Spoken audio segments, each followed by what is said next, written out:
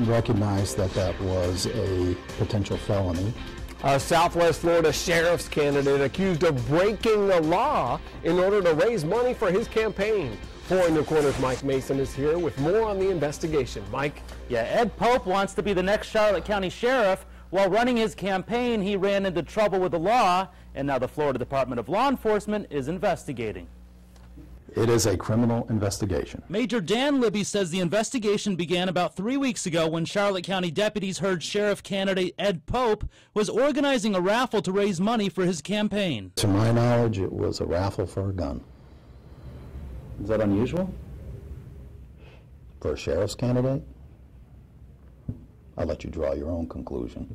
Libby says the sheriff's office then notified agents at the Florida Department of Law Enforcement, turning the case over to them so it wouldn't seem like a conflict of interest. We felt it was inappropriate that we investigate it, so we did the right thing and handed it off to FDLE to investigate. So you're not playing politics? Absolutely not.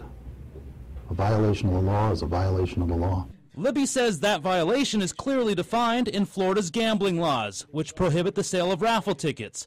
He also says the supervisor of elections provides candidates this handbook, which clearly states using raffles to raise money for any campaign is against the rules. A violation of state statutes that amounts to a felony is a serious offense. Pope wouldn't get into specifics, but issued this statement saying, "It's important I run an honest and legal campaign, and if a mistake is made, I will be the first one to admit it and the first one to correct it." That is the same integrity that should be expected from a sheriff, which is something this county hasn't seen. Libby says it's now up to FDLE to decide if Pope should face charges. What would you say to somebody who was thinking about doing something like this?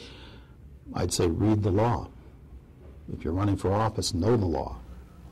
Pope says he will be happy to comment on this once FDLE has completed its review of the case.